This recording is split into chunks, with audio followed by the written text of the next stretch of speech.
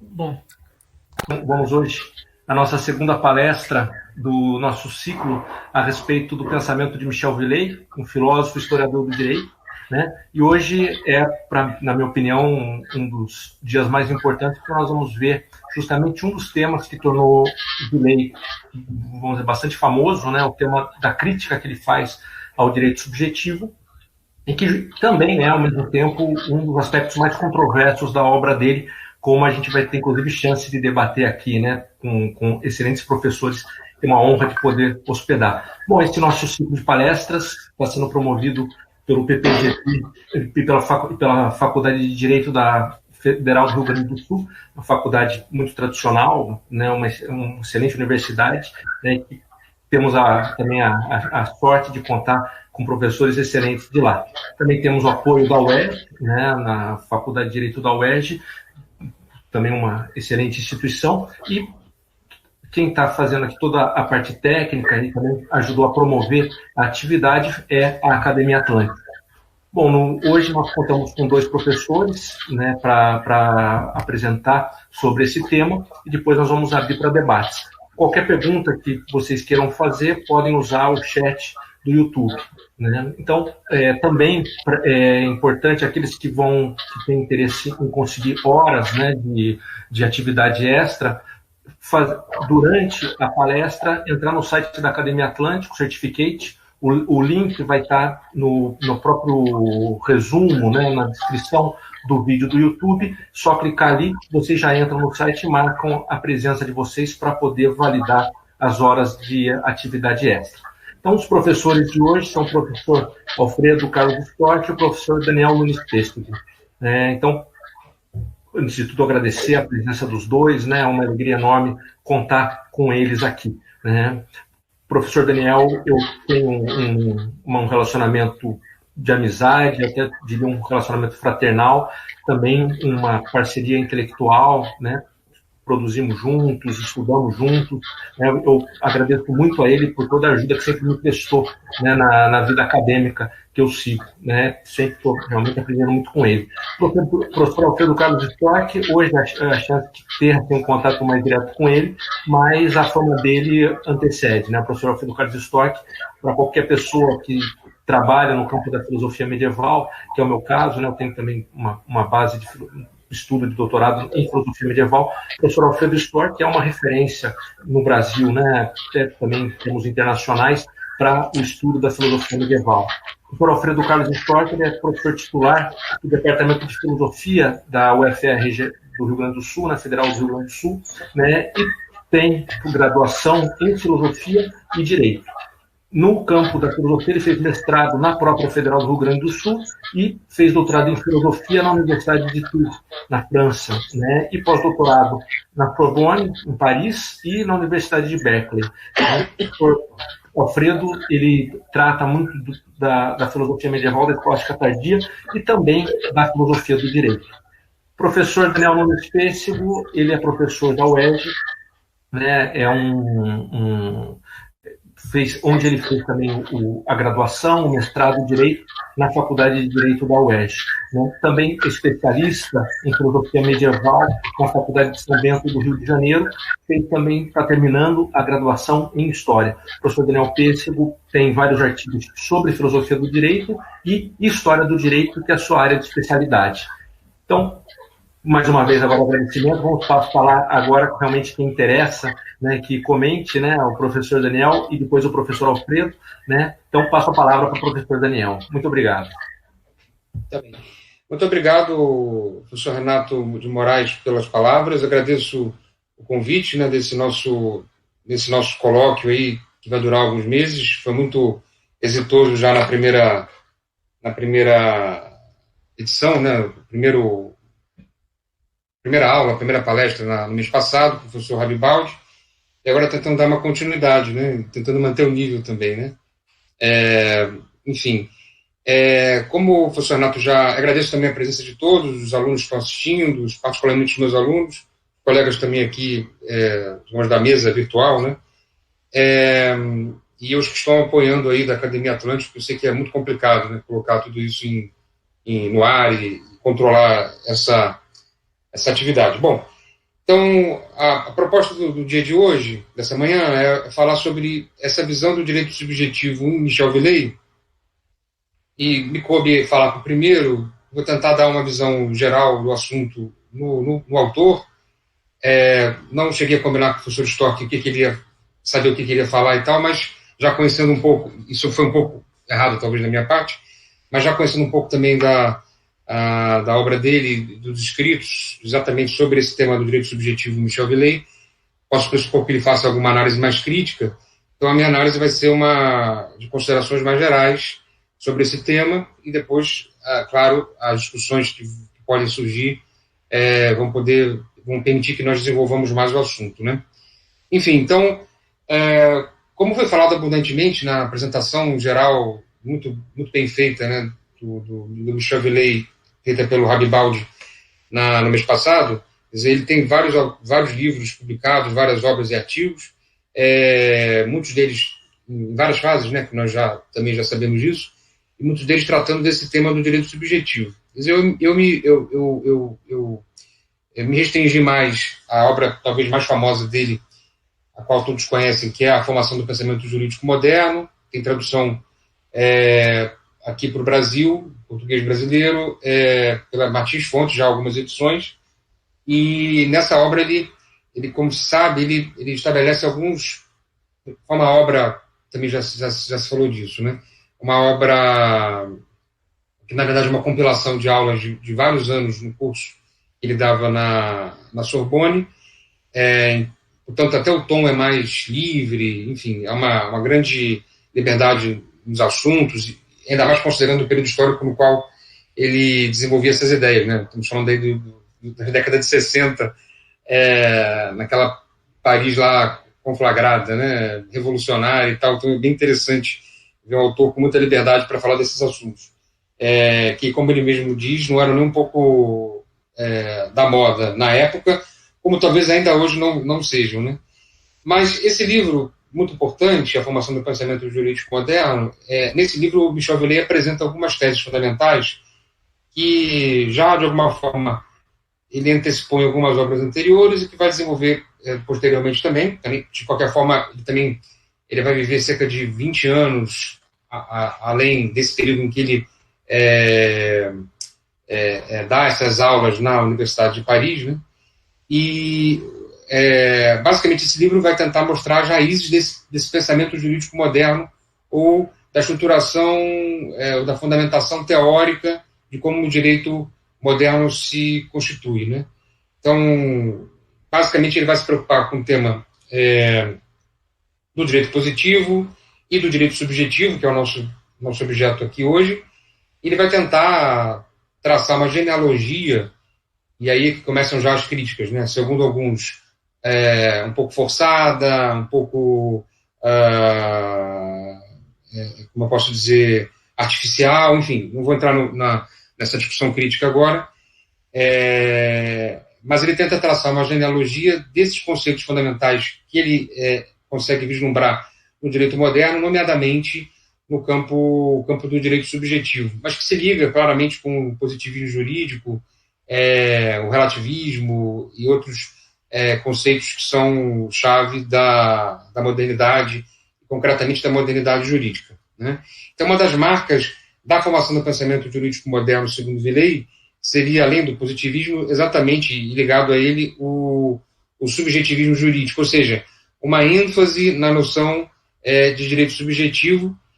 E aí vem uma das teses, enfim, chave dele e ao mesmo tempo objeto de crítica por vários autores.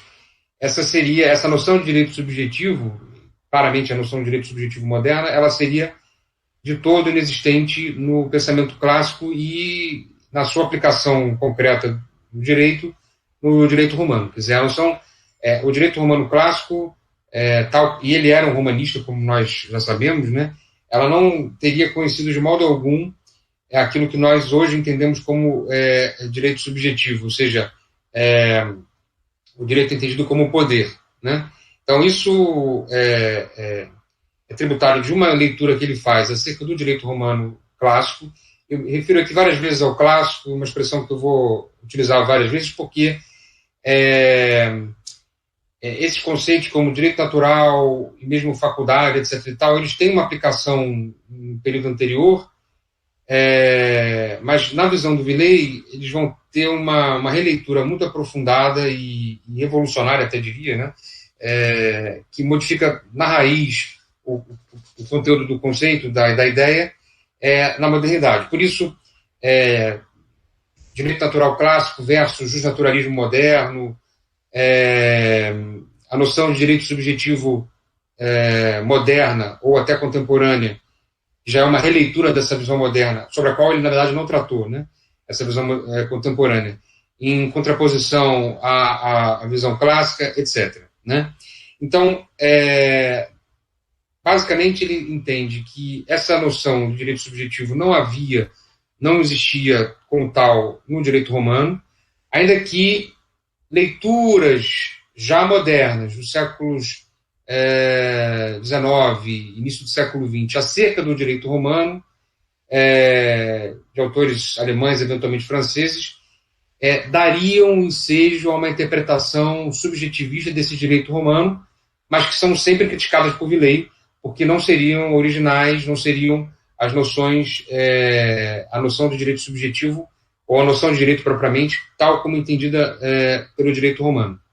Quer dizer, para o direito romano, e ele, nesse livro A Formação do Pensamento Jurídico Moderno, uma das teses fundamentais também é de que a doutrina justo-filosófica extraível do pensamento de Tomás de Aquino e de alguns outros autores, mas basicamente dele, né, alguns autores medievais, ela seria a expressão teórica mais aperfeiçoada daquele direito romano que o Villey entende como sendo a constituição do direito tal como ela deve ser, né?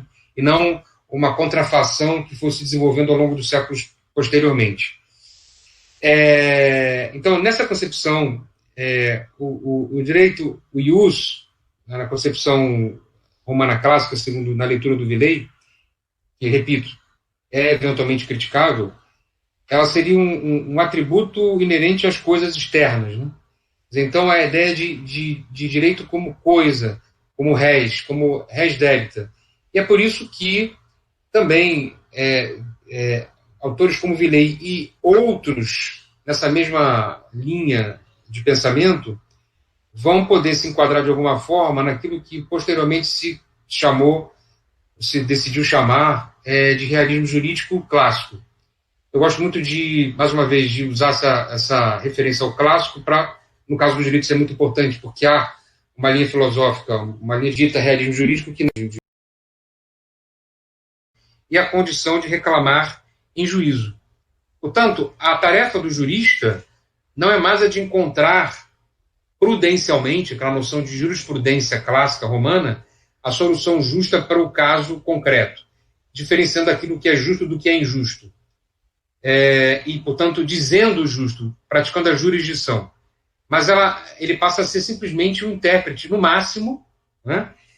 Ou, na sua radicalidade, o aplicador, tão somente, daquilo que é a ordem do legislador. Essa mudança de paradigma de direito subjetivo é tão importante que eu pensei aqui uma passagem do autor, até insuspeito, né? Como Habermas. Acho que isso está na inclusão do outro. Um autor que nem é o meu autor predileto, mas, enfim, ele tem uma passagem nesse livro em que ele afirma o seguinte: veja como é interessante. Direitos subjetivos com os quais se constroem ordens jurídicas modernas têm o sentido de desobrigar pessoas do direito em relação a mandamentos morais. Isso de forma muito bem delineada. Com a introdução de direitos subjetivos que garantem aos agentes espaço para agir de acordo com suas próprias preferências, o direito moderno como um todo faz valer o princípio de que se permite tudo o que não seja explicitamente proibido, o que é um dos cânones fundamentais do direito moderno, do direito contemporâneo, base do princípio da autonomia da vontade, do direito privado e do princípio da legalidade na sua feição do direito público, né? Isso tem uma série de consequências, inclusive na nossa perspectiva, na perspectiva do senso comum no sentido de percepção corriqueira que as pessoas em geral têm sobre o direito, né? Quer dizer, o comum é sempre entender o direito como uma faculdade sobre algo, o poder sobre algo. Quer dizer, eu tenho direito a alguma coisa. Qualquer um de nós fala isso. Nós mesmos que eventualmente criticamos a noção de direito subjetivo, as autoridades constituídas, os juízes, as partes, os réus, as pessoas simples, as pessoas mais, intelectualmente sofisticadas. Nós todos utilizamos essa linguagem cotidianamente. O direito é entendido como algo, um poder sobre alguma coisa. Isso gera alguns problemas, assim, que eu vou trazer aqui alguns conceitos, algumas exemplificações, algumas ilustrações que me parece permitem vislumbrar melhor alguns problemas oriundos da exacerbação da noção de direito subjetivo, tal como criticada pelo Villei. Um corriqueiro que eu até uso em sala de aula, e que é muito próximo dos alunos, que é o seguinte: é muito comum, por exemplo, nas nossas faculdades, e eu falo de uma época pré-pandêmica, né, porque agora eu não sei como é que vai ser, né, por exemplo, cobrança de presença em sala de aula, enfim, parece que isso vai ser extinto, né, pelas nossas reuniões recentes, né? Acho que é uma boa notícia para os alunos que nos assistem, mas, enfim, é muito comum que haja um regramento nas universidades, por exemplo, que estabeleça que, para que um aluno seja aprovado na disciplina, além da nota mínima 5.0, 7, enfim, é preciso que haja uma presença mínima também, geralmente identificada com 75%. Então, os alunos que assistem 75% das aulas ao menos não podem ser reprovados por falta. Muito bem. Isso significa dizer que, a contrário senso, se um aluno falta até 25% das aulas, ele poderá ser aprovado, se também tiver a nota mínima. Se nós levarmos a noção de direito subjetivo ao extremo, nós poderíamos dizer que o aluno tem direito a faltar até 1/4 das aulas. O que, numa concepção mais robusta, não faz nenhum sentido, né? Por quê? Os alunos têm obrigação jurídica, e até diríamos, sem querer entrar na discussão aqui, moral, de assistir a todas as aulas. Ainda que, eventualmente, por um motivo ou outro, eles não possam ou não queiram fazer. O que a lei aplicável à faculdade, à universidade, estabelece é que, se essas faltas forem até um limite de 25%, é devido aos alunos, é direito, e vamos dizer, é direito subjetivo deles o não ser punido, apenado por essas faltas. Mas, se nós levássemos ao extremo a concepção de direito como poder, portanto, a noção criticada por Villei, nós poderíamos dizer, e seria até compreensível que nós utilizássemos essa expressão, que os alunos têm direito a faltar a 25% das aulas, né? Bom, isso um assunto mais comezinho, e como eu falei, está numa mudança de época, né? Isso vai mudar agora com as aulas online. Não sei como, mas vai mudar. Mas isso pode ter aplicações mais interessantes no campo do direito positivo, aí, penal até, né? Por exemplo, pode parecer um preciosismo, né? Mas o Código Penal, no artigo 181, inciso 2º, que diz respeito aos crimes contra o patrimônio, havidos os crimes ocorridos entre ascendentes e descendentes. Por exemplo, o filho de um casal, por exemplo, que pratica um furto, o artigo 155, de um objeto da casa dos seus pais. Quer dizer, ele subtraiu coisa alheia móvel sem autorização deles. Isso é furto. É um crime contra o patrimônio. Porém, o que o Código Penal afirma é que, quando esse crime contra o patrimônio acontece entre ascendentes e descendentes, o juiz deixa de aplicar a pena. Claro que pode ter consequências civis, né? Eventualmente uma responsabilização ou algo do tipo. Mas, penalmente, pode haver um inquérito policial. Claro, elevando ao exagero, dificilmente isso vai chegar a esse nível, né? Até porque algo, e é isso que parece que inspira o espírito do Código Penal, é algo privado, familiar, é melhor que se resolva internamente, Mas, rigorosamente falando, isso poderia gerar um inquérito policial, uma ação penal, uma denúncia, porém, o juiz, ao levar em conta o fato da filiação entre o réu, o criminoso, e as vítimas, ele teria que deixar de aplicar a pena. Mas vejam, numa visão exagerada, repito, é um exagero. Eu exagero aqui para mostrar um pouco a visão que está por detrás da crítica do Viley. Numa visão exagerada, eu poderia dizer que, já que, sem prejuízo de alguma consideração civil, tá? Já que o réu não pode ser apenado por aquele furto, ele teria um direito subjetivo ao furto. O que, evidentemente, não faz nenhum sentido. Porque, vejam, numa vida de sociedade, ninguém tem direito a praticar um ato criminoso, considerado aí o direito positivo, e mesmo do ponto de vista da filosofia política em relação ao bem comum, esse ato seria, no mínimo, repreensível ou até mesmo reprimido de alguma forma, ainda que talvez não jurídica. Isso se aplica também, por exemplo, a um tema ainda mais complicado e polêmico, por exemplo, em relação ao artigo 128, incisos 1º e 2º do Código Penal, que são os que dizem respeito digamos assim, uma excludente de punibilidade do crime do aborto, no caso dele ter sido praticado naquelas circunstâncias específicas, né? Quer dizer, veja que nesse caso aí, ao contrário do exemplo radical e até ridículo de um direito ao furto, é muito comum que se fale de um direito ao aborto, né? Exatamente porque os incisos 1º e 2º do artigo 128 do Código Penal afirmam que o juiz deixará de aplicar a pena ou algo semelhante naquelas duas situações específicas, né? Então, e até mesmo em nível promocional, né? Quer dizer, como se constituiria em direito subjetivo da mulher praticar o aborto naquelas circunstâncias, ela poderia até mesmo exigir do Estado que ele proporcionasse os meios para que ela pudesse obter aquele seu objetivo. Então, vejam, exagerando um pouco, quer dizer, levando ao extremo, nós poderíamos levar a umas situações assim, um tanto quanto sui generis, digamos assim, nessa visão do direito subjetivo. Mas voltando aqui para terminar a minha fala sobre o assunto. Essa mudança de perspectiva, a qual eu me referi anteriormente, ela vai exercer influências na sociedade, por exemplo, no campo das desigualdades econômicas extremas, né? Que, não por acaso, historicamente falando, são aprofundadas exatamente no momento histórico da afirmação do subjetivismo jurídico. Eu falo aí do período da Revolução Industrial, etc., né? Em que o contrato, fonte de obrigações como expressão da vontade, passa a ser o principal motor da vida social, né? Então, citando aqui, por exemplo, um outro autor, ao qual já me referi anteriormente, que é o Hervada. Se o direito de uma pessoa é radicalmente o direito subjetivo, existe o direito à medida que se tem a faculdade moral, independentemente de que, na realidade, se tem ou não coisas sobre as quais exercê-la. Por exemplo, e aí vem a ilustração que eu queria trazer aqui, já no final da minha palestra.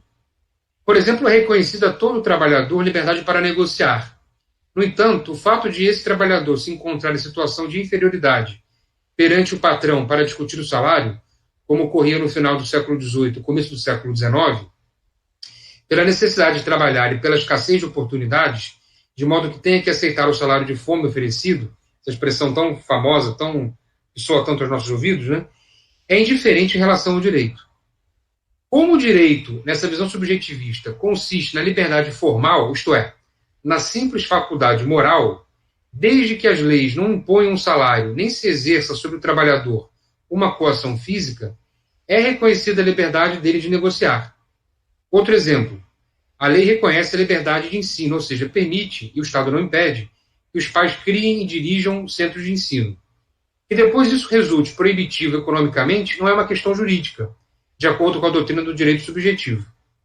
A visão tomasiana, na leitura do Viley, do direito como objeto da justiça, parece encarar o tema de outra forma. Essa, segundo a minha perspectiva, a visão do Viley acerca do tema. Como o direito não seria primariamente a faculdade moral, mas sim a coisa enquanto for devida, é reconhecido ao trabalhador e ao patrão a liberdade de negociar quando são colocados em situação de discutir os termos do contrato em real pé de igualdade e sem coações. Em termos semelhantes, é reconhecido o direito à liberdade de ensino quando o Estado, nas atuais circunstâncias, não se vê outra solução, ajuda os pais e as instituições docentes a manter decentemente os centros de ensino por ele criados. Eu quero dizer com isso, nessas duas citações do Evada em relação ao contrato de trabalho, mas também se aplica em relação à propriedade, ao direito de propriedade e outros direitos que podem ser vistos sob essa perspectiva subjetivista. O direito contemporâneo, conforme foi vendo que essa resposta subjetivista extremada acabou por criar problemas quase que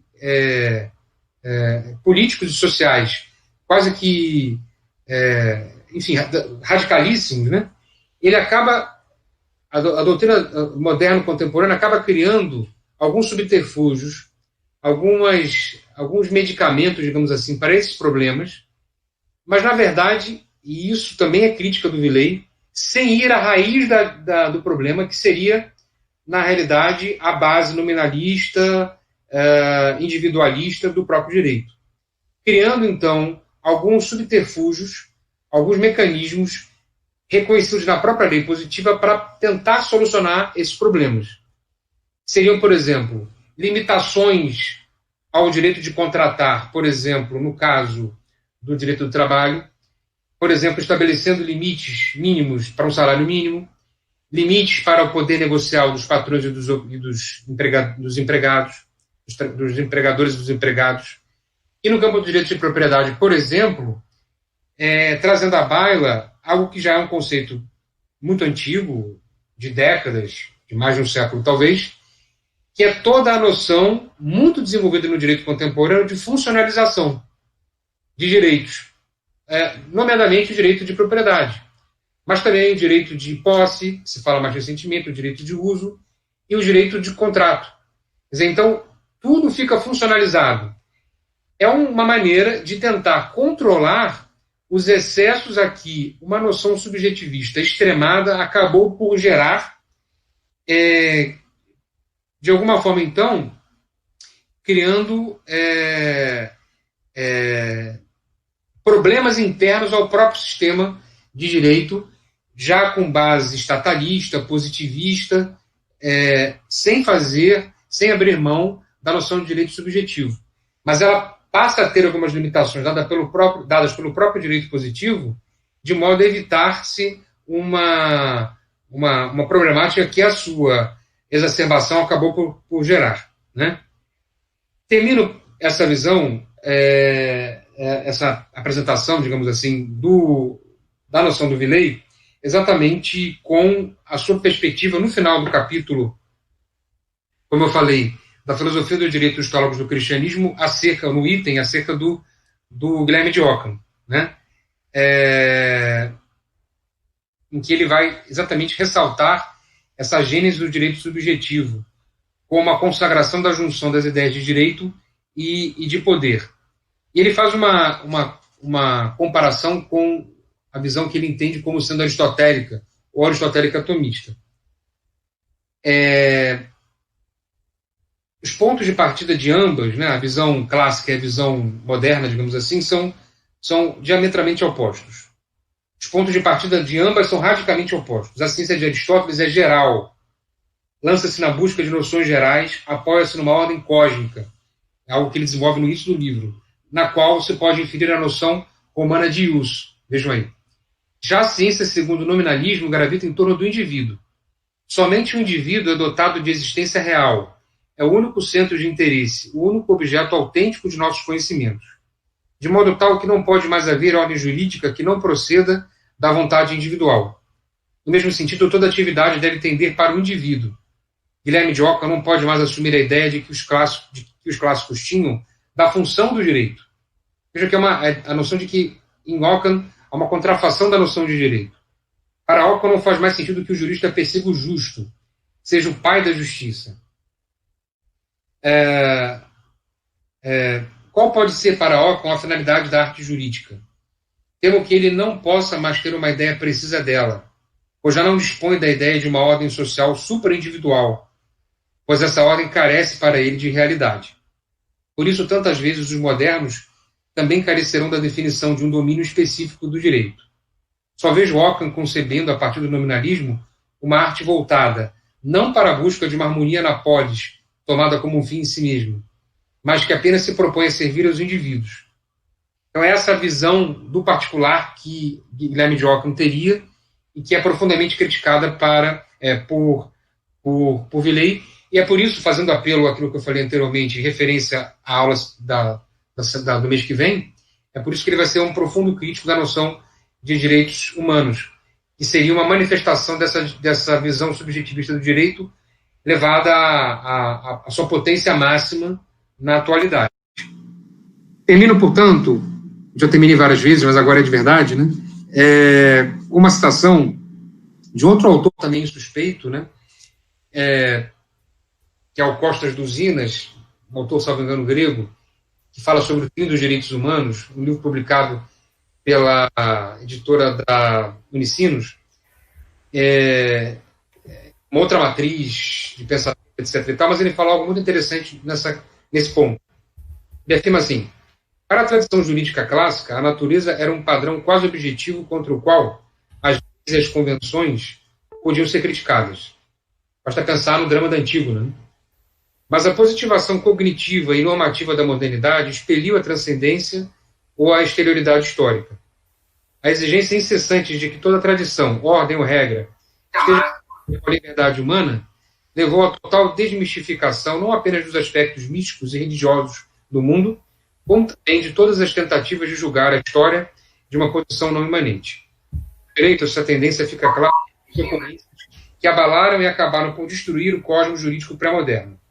O abandono de conceitos substantivos de justiça e a sua substituição por conceitos processuais e formais. A identificação da lei com regras postuladas pelo Estado e a destruição da tradição mais antiga de acordo com a qual o direito, dicaion ou ius, é o que leva a um justo resultado nas relações entre cidadãos. A substituição da ideia de um direito de acordo com a natureza por direitos naturais e humanos, vejam, que como atributos do sujeito, são individuais e subjetivos e dificilmente pode estabelecer uma comunidade forte. Uma sociedade baseada em direitos não reconhece deveres, apenas responsabilidades oriundas da recíproca dos direitos sob a forma de limites aos direitos para a proteção dos direitos dos outros. Bom, eu termino de verdade. Agradeço aí a todos que assistiram, a paciência também. Espero ter contribuído com alguma coisa para a nossa discussão. E é isso. Muito obrigado. Bom, professor Daniel, muito obrigado pela sua palestra, né? Eu queria também informar, né, pedir desculpa, porque teve alguns problemas técnicos, né? Teve algum corte, teve um travamento algum momento no vídeo, né? Mas isso daí tudo a gente tá dando, vai manter a palestra, vai poder recuperar quem teve alguma dificuldade, né? Também já acertamos os links, mas agradecemos, né, professor Daniel? É o que a gente esperava, essa visão, né, sobre o Villei, né, toda uma exposição que a gente agradece muito pela clareza, né, e por pegar realmente os pontos principais, né, tratar dos pontos principais, né, da crítica a respeito do direito subjetivo.